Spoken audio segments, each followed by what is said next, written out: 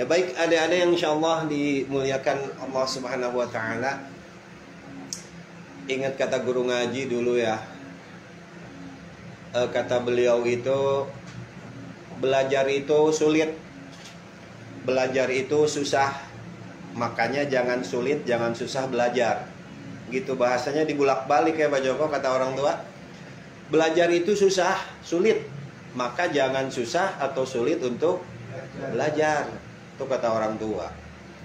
Terus juga kalau hidup nggak punya ilmu itu payah. Maka mendingan payah ketika kita mencari ilmu daripada kita jadi hidup payah karena nanti ketika tua kita nggak punya ilmu. Terus juga kata orang tua, kalau belajar motor, belajar mobil, ntar juga bisa sendiri kayak gitu ya. Tapi kalau belajar ilmu nih, ilmu apapun itu susah kalau belajar sendiri, kalau nggak ada yang ngajarin. Nah maka oleh karena itu jangan misalkan, oh ini belum bisa bawa mobil, ntar juga bisa sendiri. Kalau kata saya mah peribahasa harus agak dirubah Pak Joko. Bisa karena biasa. Kalau saya mau rubah, bisa karena punya ya Bang Nurdin ya. Bisa karena punya. Coba mobil, tadinya nggak bisa, ya karena punya. Mau nggak mau, kecuali kalau mau nyewa supir terus ya harus dirubah tuh, diusulin Mas Nurdin. Jadi gitu adik-adik yang insyaallah dimuliakan Allah Subhanahu wa taala, bahwa al-adabu fauqal ilmi. Adab atau tata krama itu berada di atas ilmu.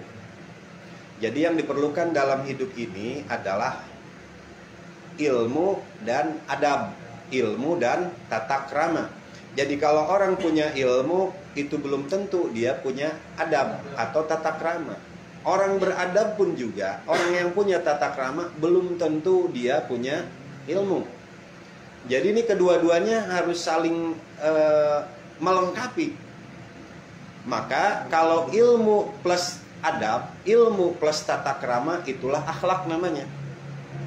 Jadi sekali lagi, ilmu, kalau ilmu saja kita punya belum tentu tata krama. Banyak kok orang yang berilmu tinggi, tata kramanya nggak ada, kesopanannya nggak ada, malah semakin tingginya dia semakin sombong ya. Berarti nggak menjamin kalau orang punya ilmu itu punya adab. Adapun juga orang yang punya adab, sopan santun, misalkan kalau lewat permisi, belum tentu tuh dia punya ilmu. Hanya punya adab. Maka oleh karena itu, ini kedua-duanya harus kita undang nih, ilmu plus adab. Itu baru namanya akhlakul karim. Nah ilmunya kan sudah ya sama Pak Joko. Ya kayak tadi aja bahasanya dibulak-balik. Jika tidak lebih baik, maka kalau bahasa Indonesia itu kan setelah jika itu harus ada maka ya. Setelah jika harus ada maka. Jika tidak lebih baik, maka lebih baik tidak. Jika tidak lebih baik, maka lebih baik tidak. Bisa paham nggak kalian? Ya, jika tidak lebih baik, misalkan kalian bergaul atau mau kemana gitu, jika tidak lebih baik dari yang sebelumnya, lebih baik tidak. Itulah prinsip yang harus kalian pegang. Jika nggak lebih baik, udah lebih baik tidak. Kan kalian nongkrong atau main, kalau tidak lebih baik gitu, tidak membuat kita lebih baik daripada sebelumnya, maka lebih baik tidak. Itulah adab. Nah kesempatan sore hari ini sudah jam 5:21, sedikit aja. Bagian dari adab adalah diantaranya ada 3 kata yang ajaib ya. Apabila kalian bisa mengamalkan 3 kata ini, ringan diucapkan tapi sangat berat untuk dilakukan, insya Allah hidup kalian akan aman, dan itu adalah sebagian dari adab. Kira-kira Pak Joko mah lebih tahu. Kata yang pertama apa? Lupa. Bang Nurdin, kira-kira apa? Kata ajaib yang pertama. Vina apa? Vina kok ngelamun aja sih Vina ya? Galau ya. Kata ajaib yang pertama adalah kata tolong.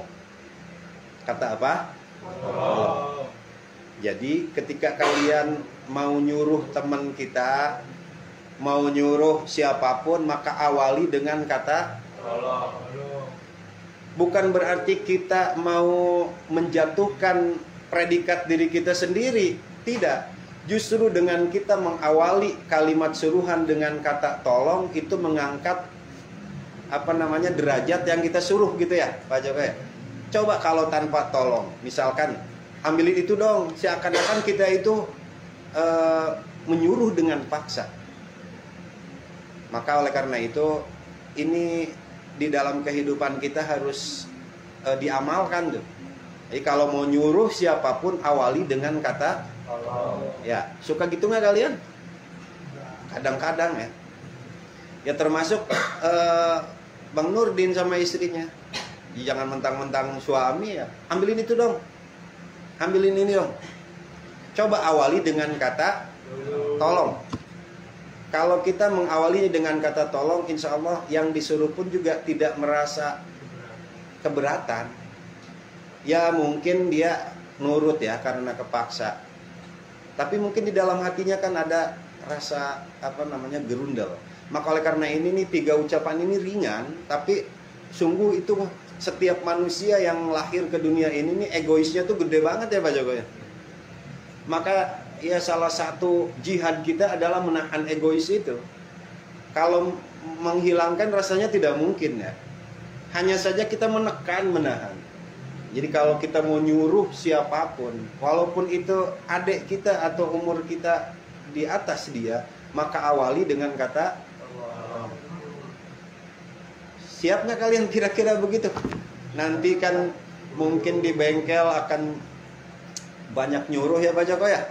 Ambilin itu dong, ambilin ini dong. Seakan kalau seandainya kita menyuruh tanpa kata tolong di awal, seakan kita itu diktator gitu ya. Udah kayak presiden itu tuh ya, kayak bos gitu. Jadi memang kayaknya orang ini, apalagi kalian misalkan yang senang bermain di media sosial, misalkan pernah membaca quote kayak gini, kalau kita diundang di akhir udah jangan datang, berarti kita dilupakan gitu ya. Iya benar, berarti itu mereka buat kalangan menengah ke atas yang tingkat egoisnya tuh udah tinggi ya. Coba berpikir dengan logika, kan namanya manusia bisa saja lupa. Misalkan nih Pak Joko ada hajatan, terus kemudian semua udah diundang, lupa sih ya, nggak diundang misalkan, karena lupa gitu. Justru orang-orang terdekat kayaknya suka, yang sering ketemu gitu suka lupa. Lalu misalkan si A menganggap, wah ini saya diundang terakhir, udah nggak usah datang, berarti kan kita dilupakan. Jangan begitu. Maka ini ego nih dalam diri kita. Sekali lagi tadi, agar kita itu beradab dan juga dipandang baik ya oleh orang lain. Ini seni kita berbahasa. Kalian tahu nggak kelemahan perempuan ada di mana? Vina kan sudah ya. Kelemahan perempuan ada di mana Bang Nurdin? Aduh, keras ini. Kayak ngambil ada kelemahan. Iya benar. Ya perempuan adalah ras terkuat di dunia ini ya. Bener. Buktinya Bang Nurdin sebentar lagi pulang mampir ke tukang jamu beli jamu kuat. Nah, katanya kan laki-laki lebih kuat, dia beli jamu kuat. Kelemahan perempuan itu adanya di kuping, di telinga. jewer. Bukan di jewer. Berilah dia bahasa yang baik, rayu-rayuan, pengertian, penjelasan yang secara detail dan faktual. Berbicaranya dengan jelas gitu ya, dengan memakai bahasa yang ya sedikit pakai bumbu-bumbu itulah. Coba di sini perempuan cuma ada satu ya, Vina. Coba kalau Vina marah, kemudian dia misalnya marah pada seseorang, lalu kok jadi diem ya? Ya gitu. Kalau Bang Lutfi pinter menjelaskan, biarin saya jelasin. Apaan nih? Iya. Langsung kelemahan wanita.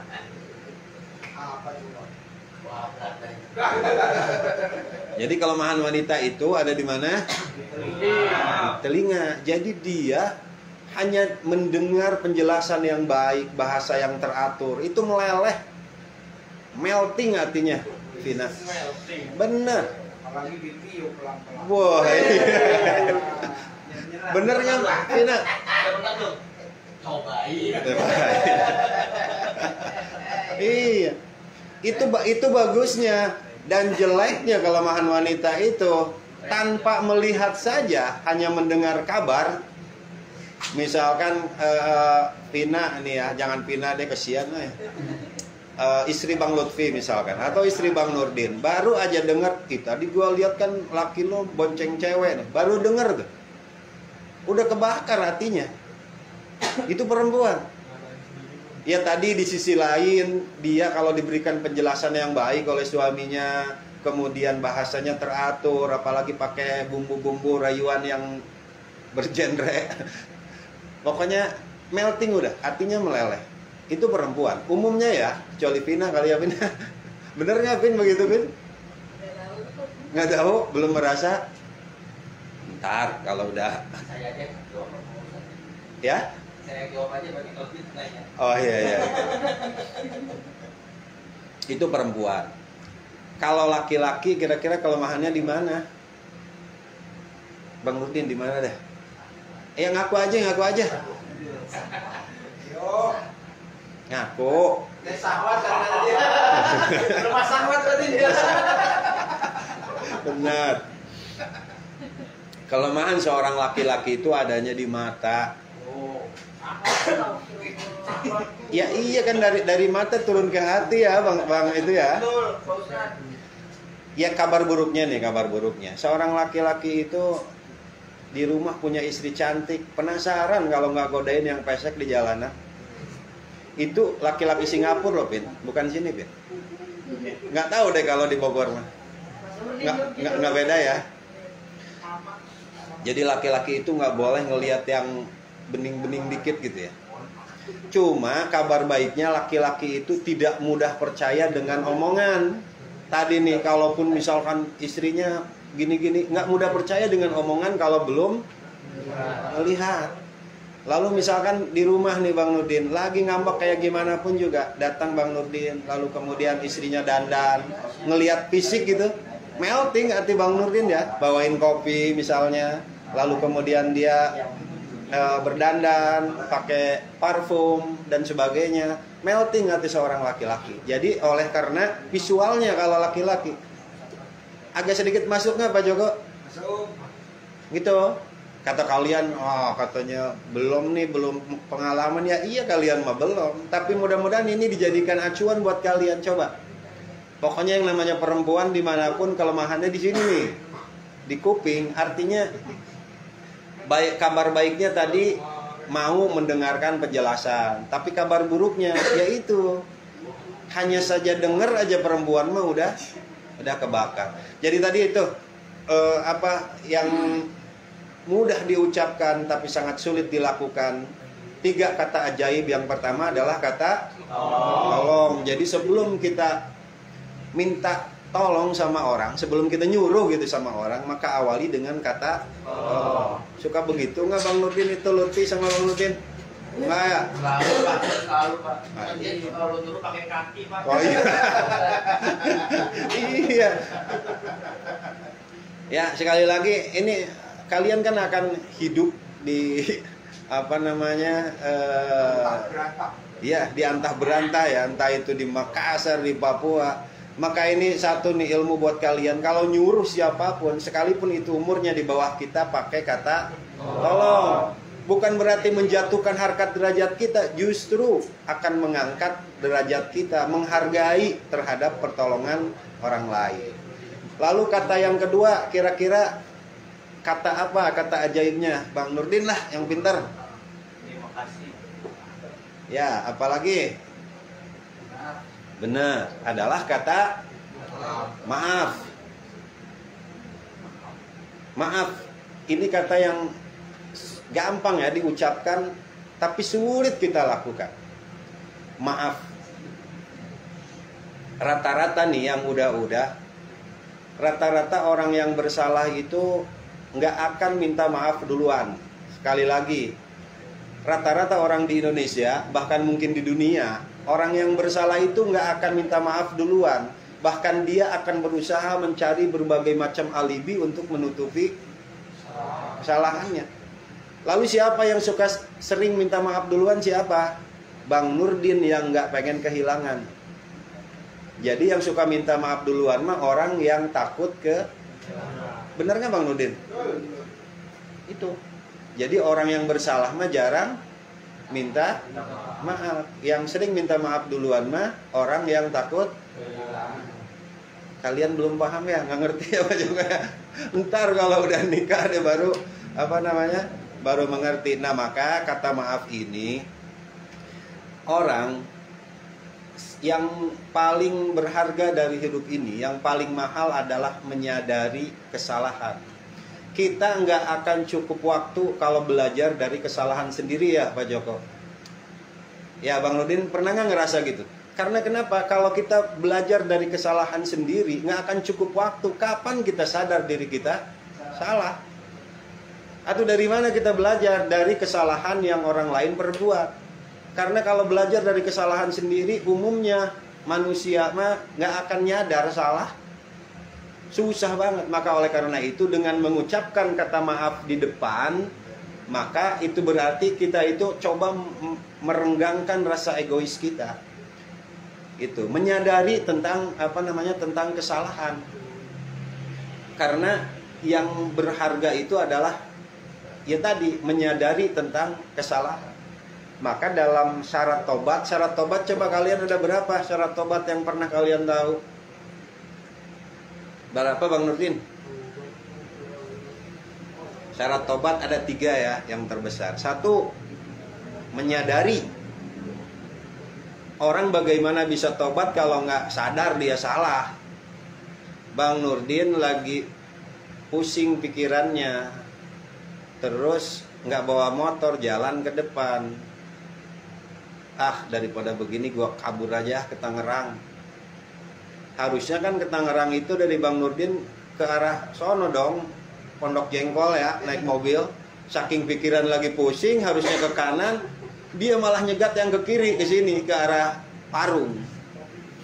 Udah di Lebakwangi baru sadar. Lah, saya kan mau ke Serpong, kok ini ke arah Bogor. Bagus tuh, udah sadar. Harusnya kalau udah sadar itu kembali lagi kepada tujuan awal, ke Serpong, ke Tangerang. Yang jelek, udah tanggunglah ke Bogor dah gua. Itu yang jelek ya Bang Nurdin.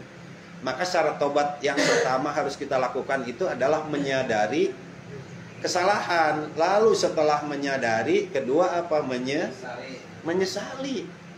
Jadi yang pertama ini yang susah adalah menyadari. Maka sekali lagi, ketika misalnya kita nanti nih, kalian hidup di antah berantah, kata Pak Joko, kalau mau mengucapkan sesuatu misalnya, terus kemudian diperkirakan kata itu akan menyinggung perasaan orang, maka dahului dengan maaf. Gitu ya, misalnya apa ya Pak Joko kata-katanya? Pokoknya ya gitulah. Pokoknya misalkan kayak gini lah, model tadi saya terlambat gitu datang. Ya dahulukan dengan kata maaf, saya terlambat. Jangan alasan didahulukan. Tadi saya berangkat jam 2, terus kemudian bla bla bla bla bla bla bla, menutupi kesalahannya, bukan maaf yang dipinta. Berarti itu kan orang benar-benar egois. Lalu yang ketiga, benar tadi kata yang ajaib yang bikin kita dihargai orang, yang bikin kita hidup selamat adalah terima kasih. Ya terima kasih kepada orang, misalkan tadi diawali dengan tolong ambilin anu. Lalu setelah diambilkan, terima kasih. Jangan sampai misalkan biarin emang tugasnya dia begitu, gitu ya. Kadang-kadang kita kan Bang Nurdin misalnya, Pak Joko nyuruh Bang Nurdin ngeprint. Bang Nurdin, printin ini dong. Bang Nurdin ngasih ke Pak Joko. Ya, cuman ya doang angguk gitu. Kata Pak Joko, ya biarin, emang udah tugasnya dia. Gimana harus begitu? Ya harusnya kan walaupun sudah tugasnya, tetapi kan tetap itu sudah apa namanya, kata Nabi itu, man lam yashkurin nas lam yashkurillah. Siapa orang yang nggak bisa berterima kasih kepada manusia, itu dijamin nggak akan bisa berterima kasih kepada Allah. Gitu ya. Sekali lagi, satu kata tolong, dua, tiga, terima kasih. Ini pokoknya harus terima kasih, sampai jumpa. Ini harus diamalkan nih, walaupun berat, karena ego ini nih, ego di dalam diri kita tuh emang gede banget. Terus juga yang dalam kita berbahasa ya, kurangi, kalau bisa mah hilangkan kata-kata imbuhan di awal dan di akhir. Seperti misalkan ini berapa sih harganya?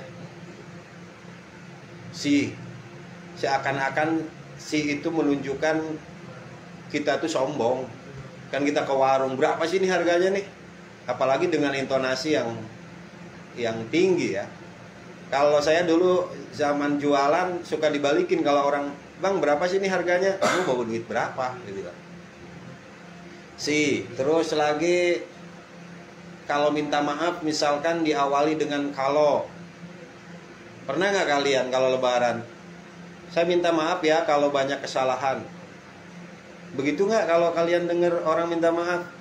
Kira-kira apa yang kalian rasakan ketika kalian diberikan bahasa, "Mohon maaf ya kalau saya bersalah"? Kira-kira apa yang kalian rasa? Biasa aja? Berarti kalian sama-sama egoisnya ya Pak Joko ya? Coba perhatikan bahasanya. "Mohon maaf ya kalau saya bersalah." Itu dengan kata kalau orang minta maaf kepada kita, dia memakai bahasa kalau, udah fix tuh orang tingkat egoisnya tinggi. Jadi kalau pakai bahasa kalau, ya kalau bersalah, kalau enggak, udah.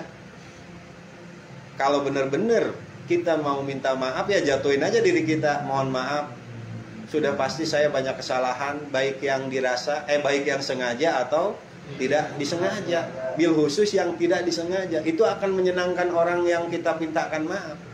Tapi kalau misalkan kita minta maaf, "Maafin gue ya kalau gue salah," gitu. Betul nggak Pak Joko? Gimana menurut Pak Joko? Ini kan belum nggak ada di pelajaran apa namanya, di pelajaran formal. Ini hanya bahasa yang sering kita Bagian dari komunikasi. Betul, bagian dari komunikasi. Terus yang selanjutnya, kalau kalian nawarin sama orang, tawarinlah dua hal yang sama jenisnya. Makanan ya dengan makanan, baju ya dengan baju. Misalkan kayak gini, "Mau ngopi enggak? Mau ikut enggak?" Mau ngopi dengan ikut, mau ngopi dengan enggak. Itu kan bukan dua pilihan yang sama. Berarti dia kepengennya enggak jawabannya. Ya, paham nggak? Ini kalau ada tamu nih, kalian tawarin, "Mau ngopi enggak?" Kalian fix dalam hatinya pengen jawabannya. Harusnya kalau kita benar-benar orang yang hatinya benar-benar ingin menjadi lebih baik, mau susu atau mau kopi. Dua hal yang sama jenisnya minuman. Ini ke kopi ditawarin dengan enggak. Atau enggak mau ngopi, udah nggak usah pakai enggak. Berarti cuma ada kopi bosan. Iya, berarti cuma ada kopi, benar. Itu pun mulai ngutang. Bener, paham nggak kalian nih? Ya, jadi kalau ada tamu jangan nawarin dua hal yang berbeda. Harusnya yang satu jenis. Mau kopi atau teh, atau dengan apalah gitu. Atau kalau ngajak orang, coba kalian misalkan, "Mau ikut nggak?" Iya bener kan, katanya orang udah lumrah ngomong begitu. Kalau dia minta maaf pakai kalau ngajak ikut enggak, ya berarti Semua orang di Indonesia ini tingkat egoisnya tinggi. Hanya sedikit yang mampu berbahasa yang baik. Ya Pak Joko ya. Kalau benar-benar kita mau ngajak teman, ikut yuk. Itu ngajak. Mau ikut nggak? Berarti jawaban kalian tuh pengennya? Pengennya enggak. Jadi kalau Bang Nurdin, kalau Bang Lutfi ngajak, Din ikut nggak? Nggak, gua. Itu aja udah. Orang dia. Pernah ikut terus dari kita ikut terus diajak Iya. Ini dulu kalau di pondok juga ada kan psikologi, hanya saja beda namanya. Nama kitabnya tuh Sulamul Munorok, atau lebih dikenal kalau dalam ilmu akademisi ilmu mantik ya, ilmu berbicara ya. Kalau disebut ilmu mantik Pak Joko kenal, tapi kalau disebutkan namanya kitab Sulamul Munorok nggak kenal. Kalau ilmu mantik itu kan ilmu berbicara. Manusia itu hayawanun natik, hayawan, hewan yang bisa berbicara. Itu aja bedanya dengan apa namanya, dengan binatang. Akalnya binatang punya akal tobi'i, kita mah beda akalnya, lebih ya. Itu lebak bulus. Itu ya dari bahasa, kalau dibahas mah jadi panjang kali lebar. Itu aja dulu, udah kebanyakan juga apa namanya nggak akan masuk. Yang penting mau kalian praktekin di dalam hidup ini, insya Allah kalian berbeda dari yang lain. Satu, kalau mau minta maaf jangan pakai kalau ya. Kedua, kalau ngajak udah jangan menawarkan apa namanya. Coba misalkan kayak gini, Bang Nurdin pernah nggak sama istri? Bang Nurdin lagi agak sakit ya, bangun kesiangan. Bang, bangun, mau kerja nggak? Itu tuh sakit. Kalau hati saya bener. Ini udahan bangun tidur, terus ditawarin mau kerja enggak. Itu ada semacam kekesalan dalam hati istri yang diungkapkan lewat bahasa yang terselubung gitu loh, Bang Nurdin. Bener. Jadi kalau seorang istri yang pandai mencarikan bahasa yang terbaik, gini bangunnya, Bang, bangun Bang. Hari udah siang, ayo kerja. Itu good. Kalau bangunin, Bang, bangun Bang, mau kerja enggak? Mau sholat enggak? Berasa kita tuh jarang sholat. Paham nggak Bang Nurdin? Paham. Berasa nggak? Beda lagi kalau banguninnya Pak. Iya. Kalau itu jam dinding. Jam dinding di tempat saya kalau jam 10 siang bunyinya tuh neng gitu Ben. Neng. Kalau malam neng.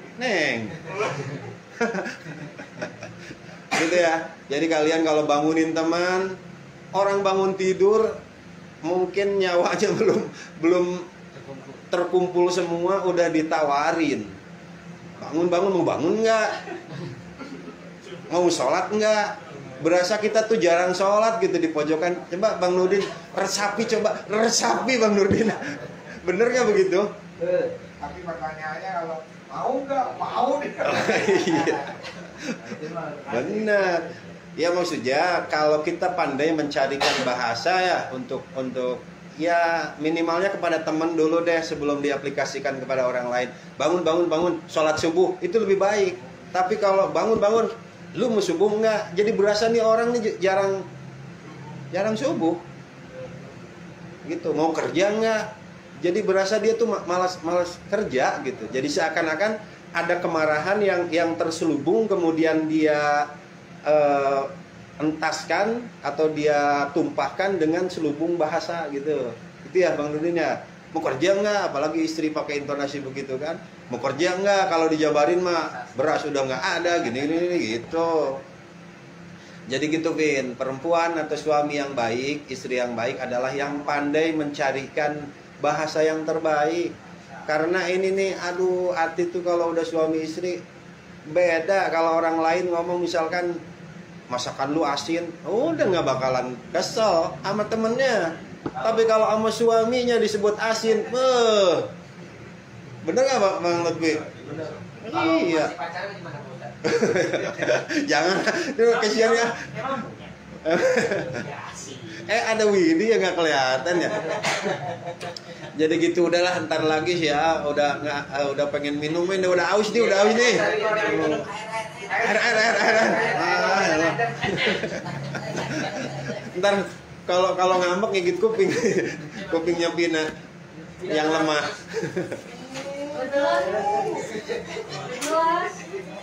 Iya.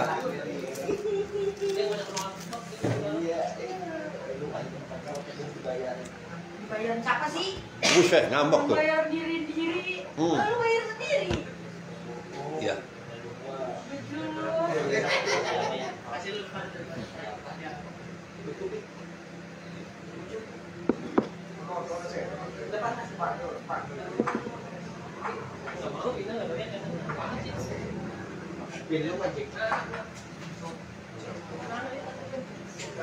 Alisan, ini mau kabur lu. Nggak masuk lagi nih. Dari belum untuk konten. Tapi bener ya, kalau anak-anak ini dikasih tadi arahan kayak gitu mungkin belum ngerti ya Pak Joko ya. Ntar nih kalau udah kayak Bang Nurdin tuh ya, baru. Tapi paham nggak kalian tadi dengan apa yang kita pelajari tadi? Kepentingan Hah? Oh iya, udah berebut ya? Iya. Jangan. Udah berebut kepentingan bener. Ya Allah. Iya. Alhamdulillah rabbil alamin dah.